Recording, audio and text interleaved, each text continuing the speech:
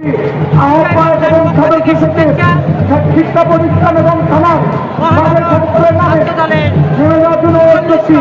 মহানগর ছাত্র দলের নেতৃবৃন্দের অনুরোধ করেছেন আপনারা নেমে যান। আমরা সেখান থেকে আজকের এই আয়োজনটি আপনাদের সরাসরি দেখাচ্ছি।